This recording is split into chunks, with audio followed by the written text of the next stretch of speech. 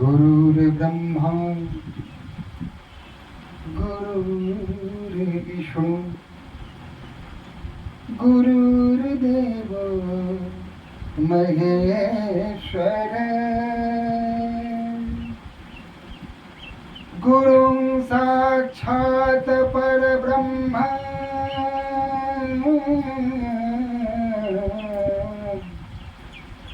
तस्मै श्री गुरुवे नमः।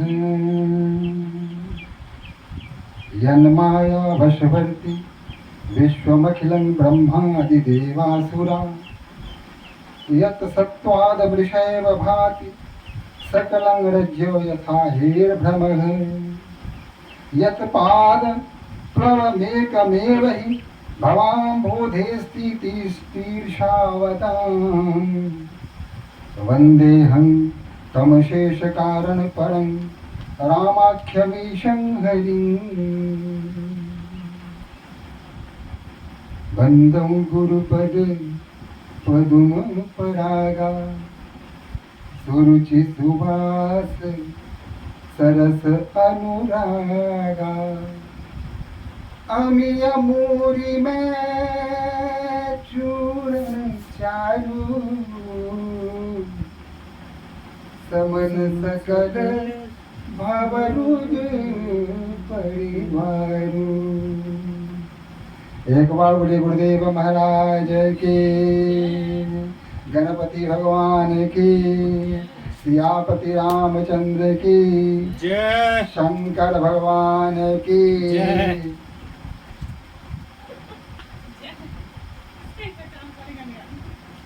नारद मुनि देवर्षि नारद माता पार्वती के हस्त रेखा को देखा और जो रेखाएं कह रही थी उन सारी बातों को उन्होंने स्पष्ट कर दिया।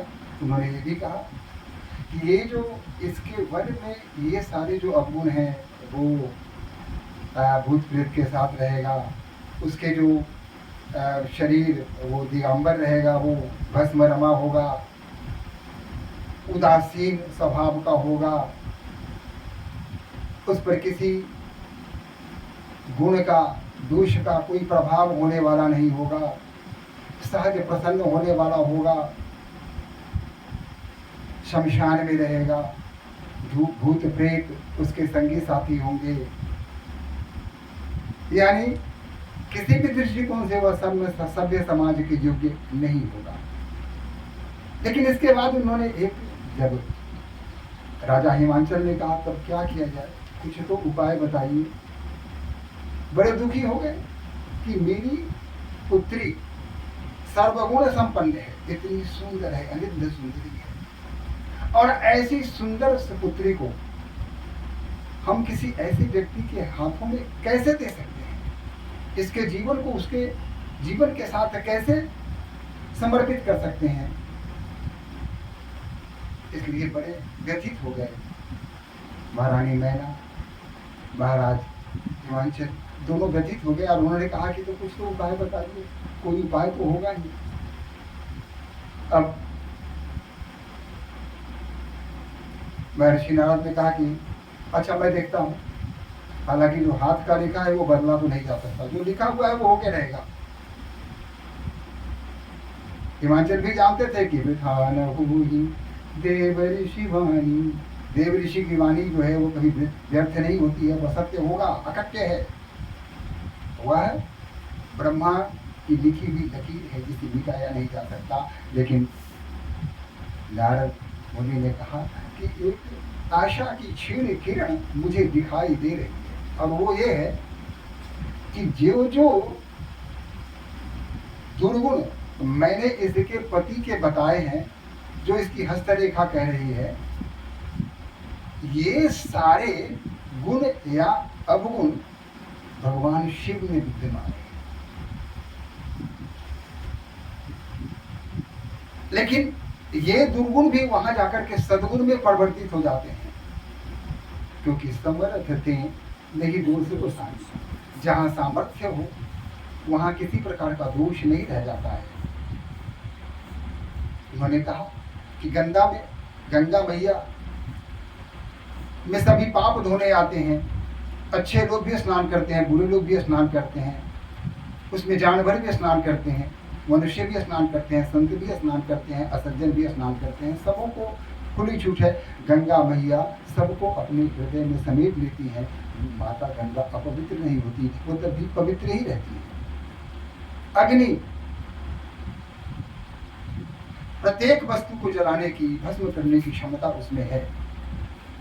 तो भगवान अग्नि, चाहे वो शुभ हो, अशुभ हो, शुचि हो, अशुचि हो, अच्छा हो, बुरा हो, प्रत्येक पदार्थ को जला देते हैं और उसे जला करके राख में परिवर्तित कर देते हैं, यानी उसे शुद्ध कर देते हैं। लेकिन अग्निदेव कभी अशुद्ध नहीं होते, उनकी शुद्धता तब भी बनी रहती है। ब्रह्मर्षि ने कहा कि भगवान सूर्य, उनका प्रकाश विश्व के प्रत्येक वस्तु पर पड़ता है, चाहे वह निंदनीय हो, अनिंदनीय हो, प्रशंसनीय हो, निंदनीय हो, जैसा भी हो, प्रत्येक वस्तु पर उनका प्रकाश पड़ता है। पाप पर भी, पुण्य पर भी, शुभ पर भी, अशुभ पर भी। लेकिन भगवान सूर्य कभी अशुद्ध नहीं होते। उसी प्रकार इतने सारे अवगुणों के को होते हुए भी भगवान शिव कभी अशुद्ध नहीं हो सकते। उनकी शुद्धता तब भी बनी रहती है, वो तब भी पवित्र बने रहते हैं। और ये सारे जो दुर्गुण हैं वो भगवान शिव में जब समाहित हो जाते हैं तो वहां जाकर ये सारे दुर्गुण गुण में बदल जाते हैं।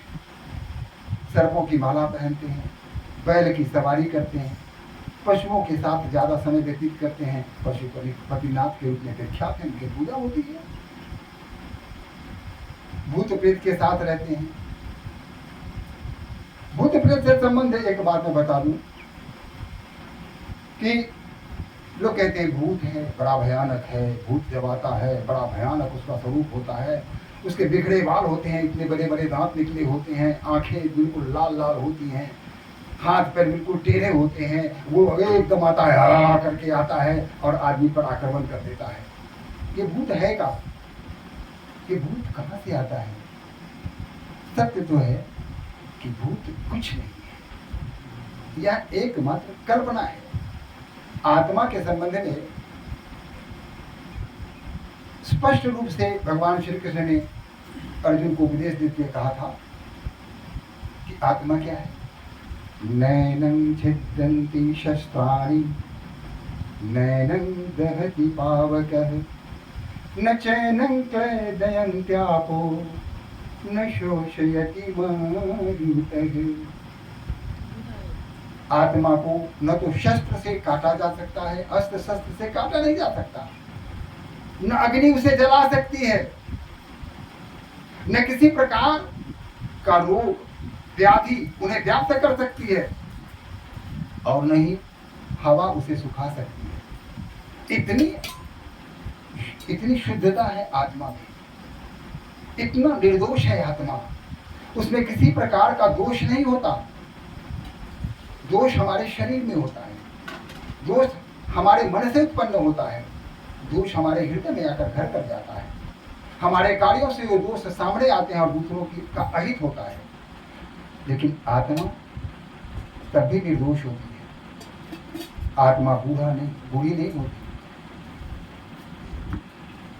वसांसि जीर्णानि यथा विहाय नवानि गृह्णाति नवोपराणि तथा शरीराणि विहाय जीर्णान्यन्यानि संयाति नवानि देहि। आत्मा क्या है? जब हमारा शरीर जीर्ण हो जाता है, इस योग्य नहीं होता, कार्य करने की क्षमता हमारी समाप्त हो जाती है, हमारे एक एक अंग शिथिल हो जाते हैं और हम मृत्यु को प्राप्त करते हैं। यानी मृत्यु का प्राप्त होने का तात्पर्य शरीर का अंत हो जाना। शरीर जब जीर्ण हो जाती है, रहने योग्य नहीं रहती, तो आत्मा इस शरीर से बाहर निकल जाती है और फिर नए शरीर में प्रवेश करती है। यहाँ भी आत्मा निर्दोष है, वहां भी आत्मा निर्दोष है। किसी प्रकार का जब आत्मा निर्दोष है तो लोग कहते हैं कि फल्ला मर गया, उसकी आत्मा भूत बन गई। ऐसा कभी संभव है क्या? जब आत्मा निर्दोष है तो उसमें भयंकरता कैसे आ सकती है, उसमें कुटिलता कैसे आ सकती है, दूसरों के प्रति उसके मन में किसी प्रकार का दुर्भाव कैसे आ सकता है? तो सीधी सी बात है कि आत्मा निर्दोष है। और वे आत्माएं, निर्दोष आत्माएं किसके साथ रहती हैं? भगवान शिव के साथ रहती हैं। यानी जो जिसे हम समझ के डरते हैं, भूत है, बैताल है, और एक भ्रम की उत्पत्ति स्थिति उत्पन्न करते हैं, सत्य तो है कि आत्मा निर्दोष है। वे आत्माएं शिव के साथ रहती हैं, क्योंकि स्वयं निर्दोष शिव के साथ कोई दोषी रह ही नहीं सकता, ठहर ही नहीं सकता, टिक ही नहीं सकता। उसका अस्तित्व स्वयं खत्म हो जाएगा, समाप्त हो जाएगा। तो स्वाभाविक है कि ये भूत जो है, जिन्हें हम भयंकरता के रूप में देखते हैं, एक आतंक के रूप में जिसकी परिकल्पना करते हैं, सत्य तो है कि आत्मा निर्दोष है, आत्मा शुद्ध है, आत्मा पवित्र है। यह कभी किसी को हानि नहीं पहुंचा सकती। जो दोष है वह इसी शरीर में रह जाना है। आत्मा जब बाहर निकलती है तो पूरी तरह निर्दोष होकर के बाहर निकलती है। उस पर किसी कर्म का कोई प्रभाव आत्मा पर नहीं पड़ता। हम कर्म करते हैं तो हमारा जीवन सुंदर होता है, हाँ, आत्मा प्रसन्न होती है और सत्कर्म करने से हम आत्मा को समझ पाते हैं। जब हम अच्छे अच्छे कार्य करेंगे तो आत्मा की निकट चलते चले जाएंगे। दुष्कर्म करेंगे तो आत्मा से हमारा दुराव होता चला जाएगा, हम उससे दूर होते चले जाएंगे। आत्मा जो हमारे शरीर में ही है, लेकिन उसको हम नहीं जान पाएंगे, नहीं समझ पाएंगे, क्योंकि दुष्कर्म के कारण आत्मा हमसे दूर हो जाती है। हम आत्मा हमसे दूर नहीं होती, हम आत्मा से दूर होते चले जाते हैं। तो इसलिए आत्मा अशुद्ध नहीं होती, आत्मा पवित्र होती है। और शरीर से जब आत्मा निकलती है तो उसमें किसी प्रकार का कोई दोष नहीं होता। और वही आत्मा किसके साथ? भगवान शिव के साथ रहती है। भगवान शिव निर्दोष हैं, भोले हैं, किसी प्रकार का छल प्रपंच दूर दूर तक नहीं है। तो जिसके पास न छल हो, प्रपंच हो, इस प्रकार की कोई दुर्भावना नहीं हो, उसके साथ वैसे ही लोग रहेंगे जो जिनके पास छल न हो, जिनके पास प्रपंच न हो। अच्छे लोगों के साथ अच्छे लोग मिलते चले जाते हैं, बुरे लोगों के साथ बुरे लोग मिलते चले जाते हैं। एक अगर चोरी करना प्रारंभ कर दिया तो आप देखेंगे उसके साथी बढ़ते चले जाएंगे। आज अकेला था, कल 2, 4, 5, 6 एक दल तैयार कर लेता है और कार्यक्रम बना के चोरी या डकैती या इस तरह का कार्यक्रम करता है। लेकिन एक संत, वह संत जो सम्यक कार्यों में अपना समय व्यतीत करता है, हरि भजन में अपना समय व्यतीत करता है, लोगों के उपकार में अपना समय लगाता है, कभी किसी के लिए बुरा नहीं सोचता, सर्वे भवन्तु सुखिनः की बात उसके हृदय में घट कर जाती है, तो ऐसे लोग कभी किसी का अहित नहीं कर सकते। तो उनके साथ भी वैसे लोग ही जुड़ते चले जाते हैं और उनका भी एक समूह बन जाता है जिसे संत समाज कहते हैं। संत समाज कभी किसी का अहित नहीं कर सकता। संत समाज ऐसा है जहां जाने के बाद हमारे जितने भी बुरे कार्य हैं वो पीछे छूट जाते हैं और वहां हम निर्दोष हो जाते हैं, वहां हम शुद्ध हो जाते हैं, भक्ति की भावना हमें प्रबल हो जाती है, हमारे मन में श्रद्धा बढ़ती चली जाती है। ये सारे गुण हैं संतों में। जैसे प्रयाग में आप जाते हैं, वहां गंगा त्रिवेणी में स्नान करते हैं और सारे पाप धुल जाते हैं, वैसे ही संत समाज में जाने का सबसे बड़ा लाभ यह है कि आपके सारे पाप बिल्कुल समाप्त हो जाते हैं। लेकिन एक बात याद रखिएगा, गीता में कहा है कर्म जो होता है उसका फल आपको भुगतना ही पड़ेगा, आज नहीं तो कल उस कर्म का फल आपको मिलेगा। अगर आपने अच्छे कर्म किए हैं तो फल भी अच्छा मिलेगा, अगर आपने बुरे कर्म किए हैं तो उसका फल भी आपको बुरा मिलेगा। You will have to be, आपको भोगना ही पड़ेगा। हाँ, आप भक्ति में हो गए, भगवान के श्री चरणों में आ गए, तो ये सारी जो कुसंगति है, जो कुसंस्कार है, जो दुर्गुण है, ये सारे दुर्गुण पीछे छूट जाएंगे और आप शुद्ध हो जाएंगे। शुद्ध होने के बाद कर्म का फल तो भोगना ही है, लेकिन आने वाले कल में, भविष्य में आप किसी प्रकार का ऐसा काम करेंगे ही नहीं जिससे आपकी आत्मा दूषित हो। तो भगवान शिव विश्वास के प्रतीक हैं और माता पार्वती श्रद्धा के प्रतीक हैं। भवानी शंकरो बंदो, भवानी शंकरो बंदो, श्रद्धा विश्वास रूपिणम्, याभ्यां विना न पश्यन्ति सिद्धाः स्वान्तस्तमीश्वरम्। श्रद्धा और विश्वास के रूप में कौन है? भगवान शिव, माता पार्वती, भगवान शंकर बंदो, श्रद्धा विश्वास रूपिणो। सती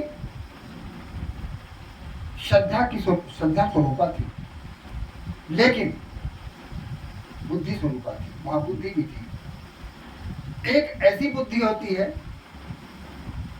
जो विश्वास लाती है, एक ऐसी बुद्धि होती है जो अविश्वास उत्पन्न करती है। माता सती के मन में संदेह था, बुद्धि की प्रतीक थी वो, लेकिन संदेह से भरी हुई थी। उनकी बुद्धि में संदेह घर कर गया था, फलस्वरूप उन्हें बार बार भगवान शिव के सामने झूठ बोलना पड़ा, जिस कारण जिसकी परिणति यह हुई कि योगी अग्नि में उन्होंने अपने उस शरीर को त्याग कर दिया। तो अब यहाँ क्या है कि भगवान शिव, शिव पुराण कहता है कि भगवान शिव सती के योग के साथ में भस्म हो गए, योग अग्नि में जब भस्म हो गई, उसके बाद भगवान शिव पूरी तरह विरक्त हो गए और पूरी तरह समाधि की स्थिति में आ गए और चिर समाधि में भी हो गए, ये शिव पुराण कहता है। लेकिन रामचरितमानस में हमारे गोस्वामी जी कहते हैं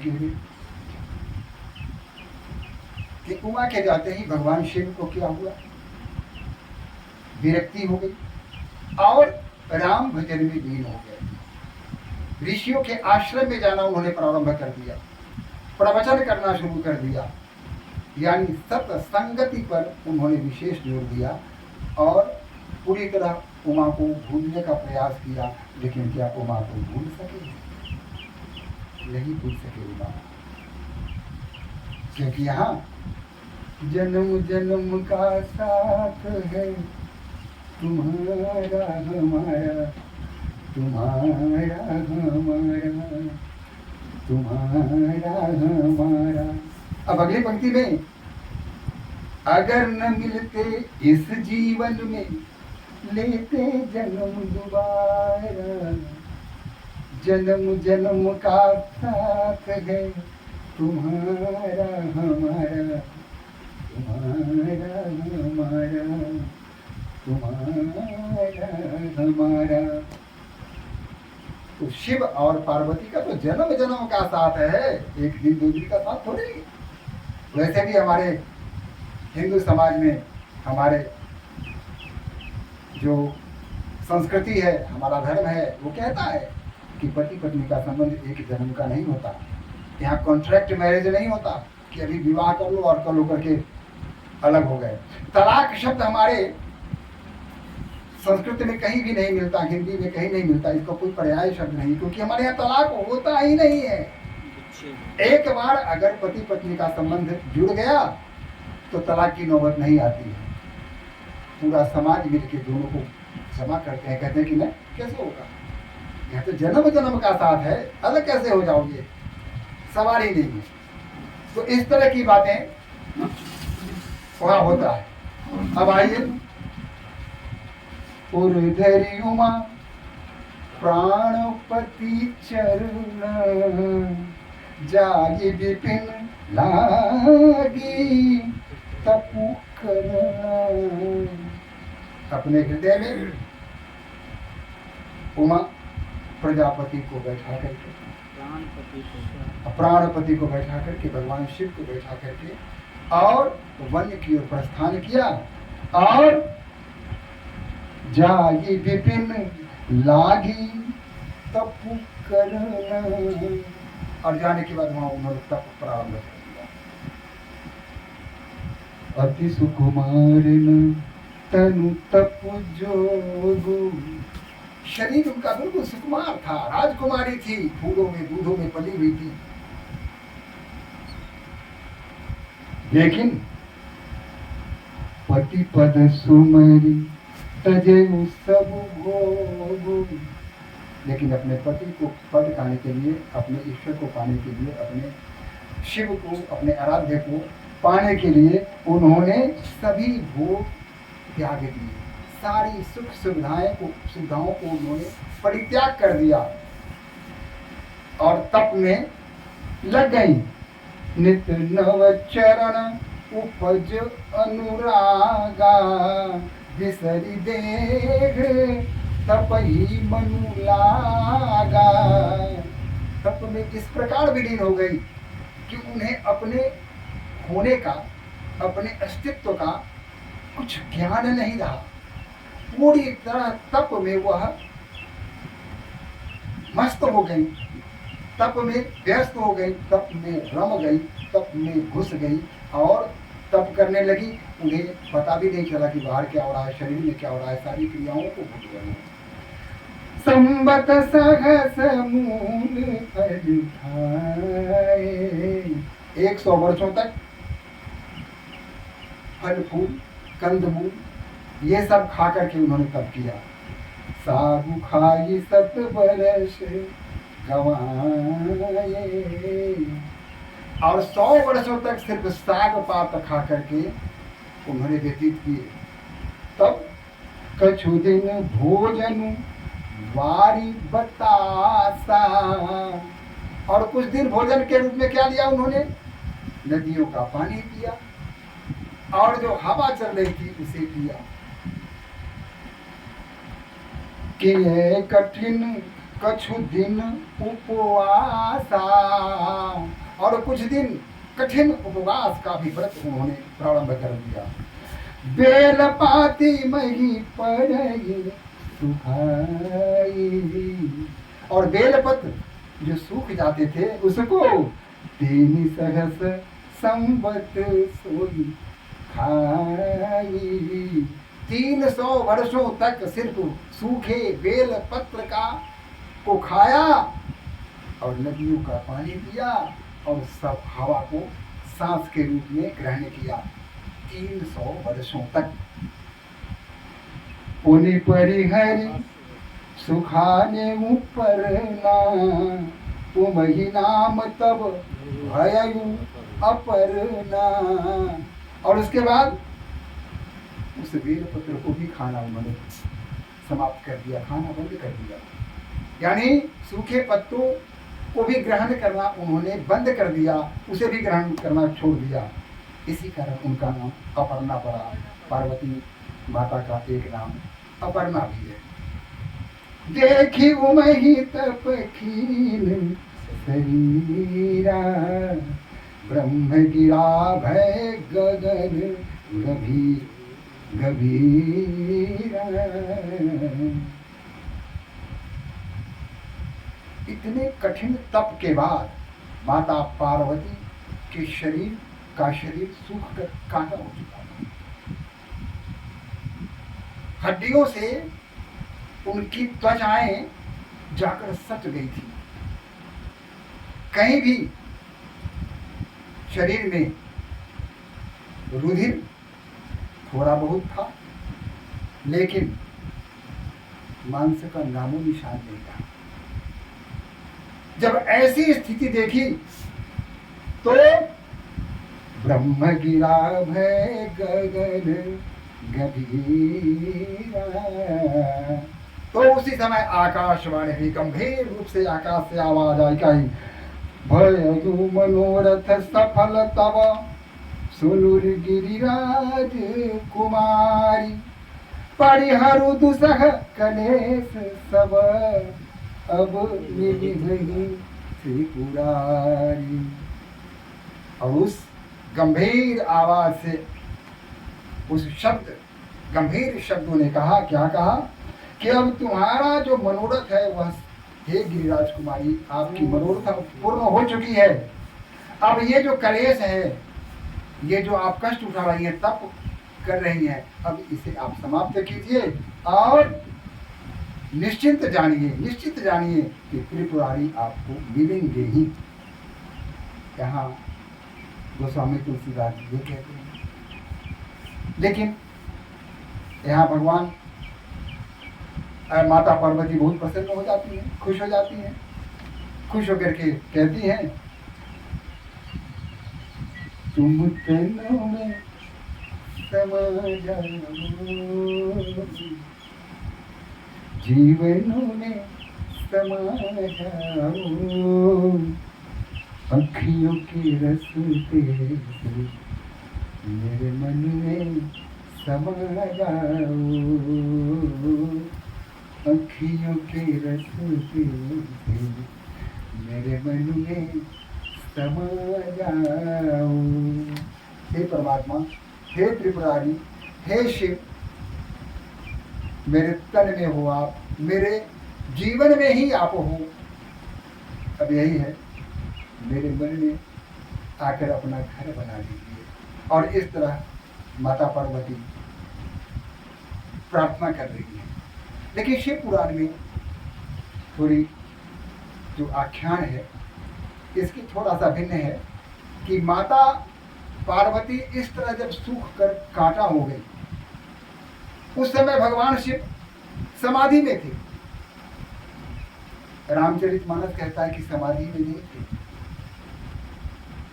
वे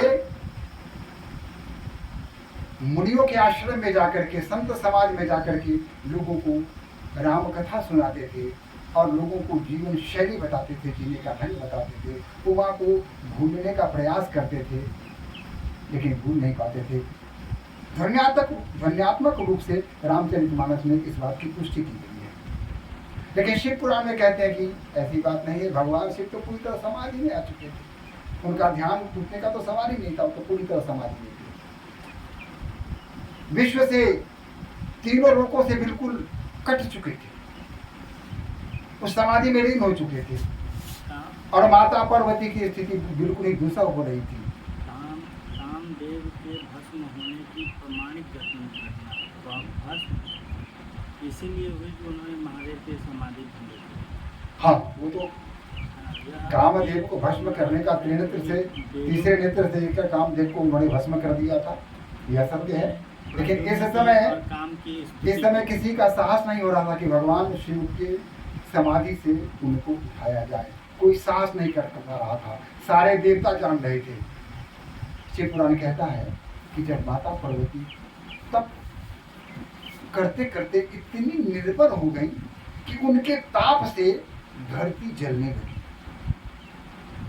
नदियां सूखने लगी, पेड़ पौधे सूखने लगे, फसल नष्ट होने लगे, फूल खिलने प्रारंभ बंद कर दिए, मृगाओं की चौकड़ी बंद हो गई, भ्रमरों का गुंजाड़ बंद हो गया, चारों तरफ लोग त्राही त्राही करने लगे।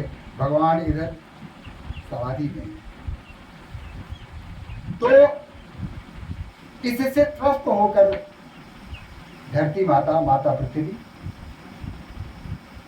देवताओं के पास पहुंची, ऋषियों के पास पहुंची कि भाई अब तो मेरी स्थिति बहुत खराब हो गई है, बड़ी बुरी हो गई है।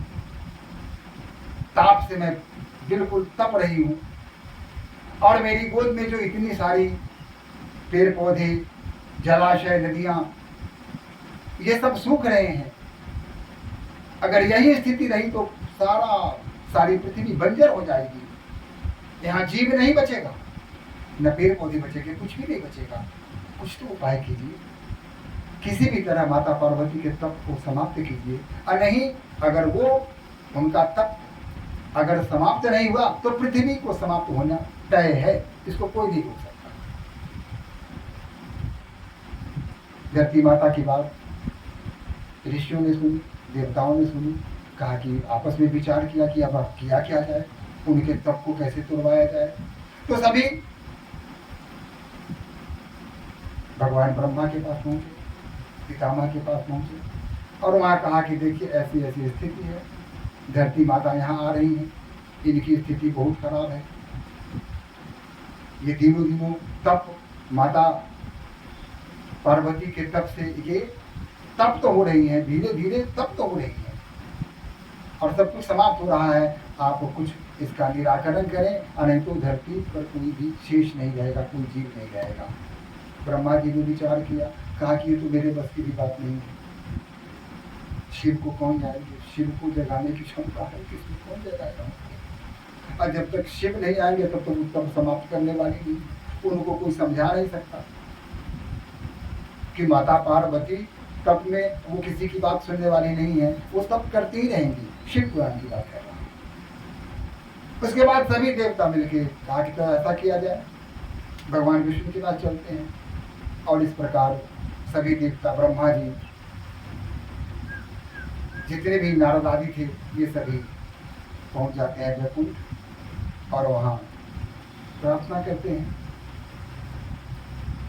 जय जय सुरनायक जन सुखदायक प्रणत पाल भगवंता, गोदु जय हितकारी जय यसुरारी सिंधु सुता प्रिय कंता, पालन सुर धरनी सोमति करनी मर्म न जानहि कोई। हे परमात्मा, आज पृथ्वी संकट में है, ब्रह्मा के बनाई हुई सृष्टि समाप्त होने के कगार पर है। ऐसी स्थिति में अब आप ही कुछ कर सकते हैं, क्योंकि आप ही तो अवतार लेते हैं, दुष्टों का संहार करते हैं, लोगों की समस्याओं का निराकरण करते हैं। आप तो घट घट अविनाशी हैं, आप ही कुछ कीजिए। भगवान विष्णु की सोच में पड़ गए, कहा कि बात तो ठीक है, माता पार्वती को तप से विमुख करना यह किसी के सामर्थ्य की बात नहीं है। वो एक ही व्यक्ति, कोई एक ही शक्ति कर सकती है, वो शक्ति है भगवान शिव। मैं भी नहीं कर सकता।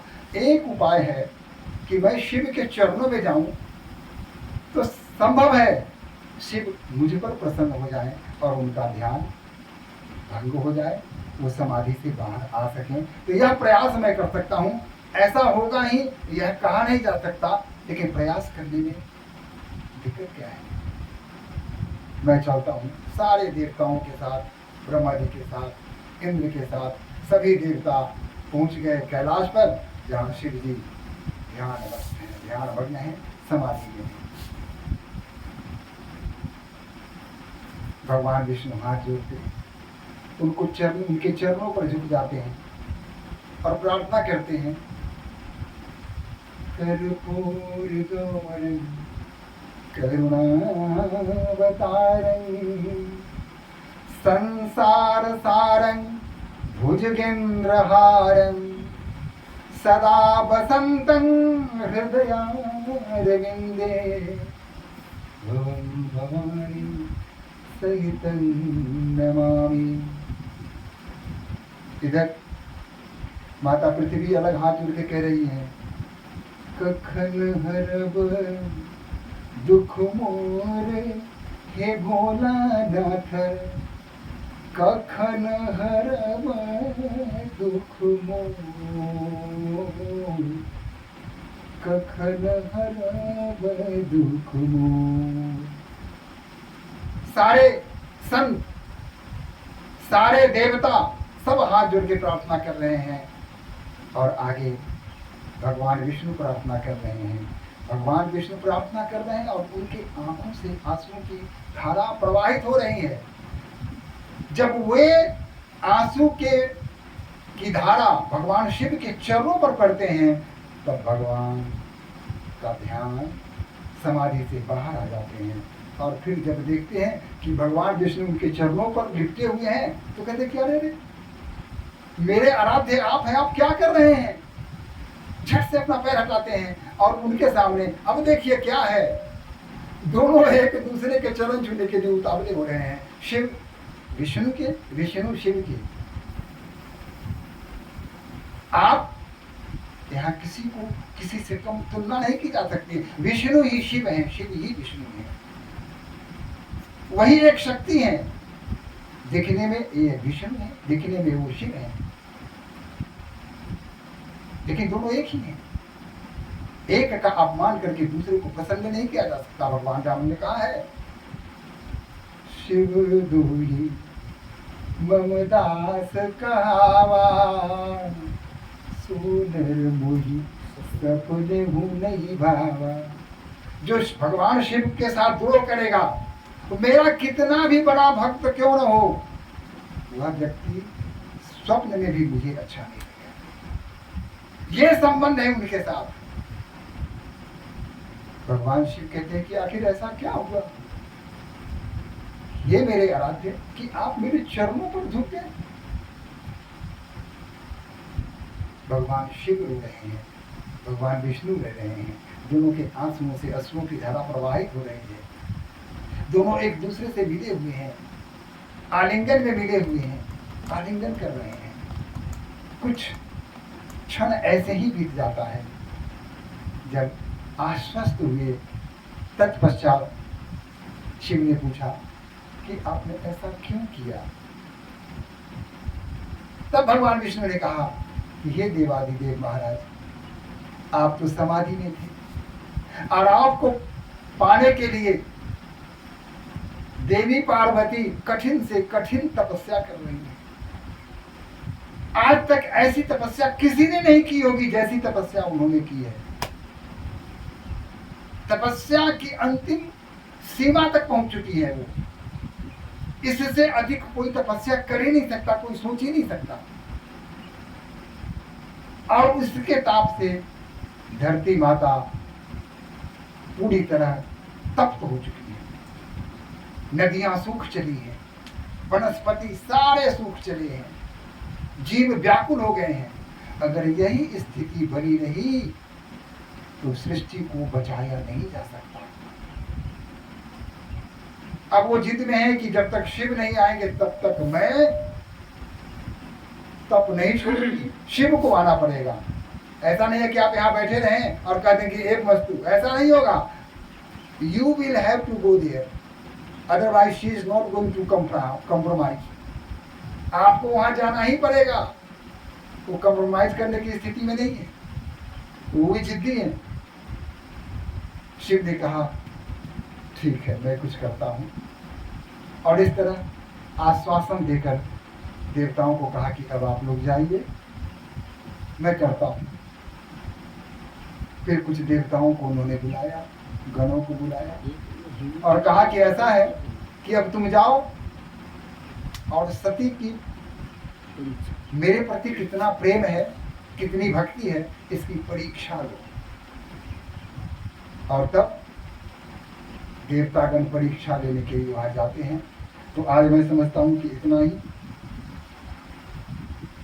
आगे क्या परीक्षा लेते हैं, कैसे परीक्षा लेते हैं, कल संध्या में इसके आगे का आख्यान होगा।